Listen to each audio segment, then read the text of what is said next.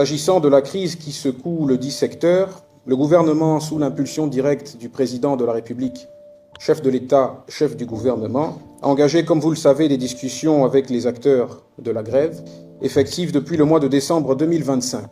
Ces discussions ont abouti à un engagement du gouvernement à mettre en solde 328 sortants d'écoles normales, ENS, N7, soit 100% des dossiers pris en compte, à mettre en pré-salaire 692 sortants d'ENIL et de l'ENIF, entendez donc les écoles nationales d'instituteurs de Libreville et de Franceville, soit également 100% des dossiers pris en compte. À mettre en pré-salaire 1810 enseignants anciennement appelés bénévoles, représentant là encore 100% des dossiers pris en compte. Et à régulariser 4000 situations administratives, notamment les titularisations, avancements automatiques et reclassements après stage. Et à régulariser progressivement le reste des situations constatées selon une programmation établie de commun accord. C'est le lieu ici quand même de dire un petit mot, au-delà des chiffres, sur ce que l'on pense de cette situation, de cette crise au sein du secteur éducatif et de la condition de l'enseignant.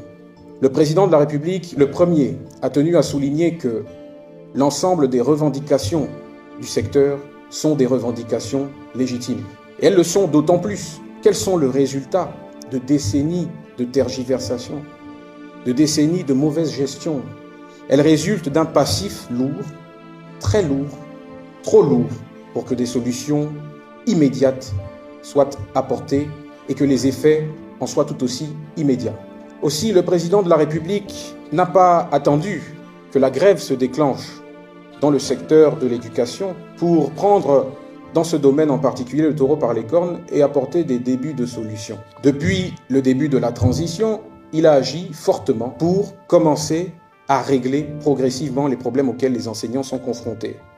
2-3 points en guise d'exemple: l'extension et l'amélioration des infrastructures scolaires, la construction et la rénovation de plus de 196 salles de classe sur l'ensemble du territoire national, la gratuité de la scolarité instituée par le comité de la transition et de la restauration des institutions en date du 8 septembre 2023, pour vous dire, le rétablissement des bourses d'études annoncé le 4 septembre 2023 et aussi la création des instituts de formation des professeurs d'école pour Franceville, Mouila et Oyem. Il y a donc un intérêt constant qui a été porté à la question éducative depuis que le président de la République a pris les destinées de la nation en main. Chacun d'entre nous dans cette salle, et même le président de la République lui-même, est ce qu'il est parce qu'il et elle a eu un enseignant ou des enseignants qui lui ont transmis des connaissances, qui lui ont transmis des savoirs. On ne saurait mésestimer ou déprécier la qualité d'enseignant, la responsabilité et le dévouement de nos enseignants. Ce sont des compatriotes qui appartiennent à chacune de nos familles. L'État n'est pas sadique, l'État n'est pas masochiste, l'État est intéressé et par l'évolution des conditions de vie et de travail des professionnels du secteur. Tous ces efforts traduisent donc la place centrale qu'occupe l'éducation dans la vision du président de la République pour l'avenir de notre pays. Dans ce contexte, un appel solennel à l'apaisement et au sens des responsabilités est adressé à l'ensemble de la communauté éducative. Il est impératif, collectivement, de sauver l'année scolaire de nos enfants.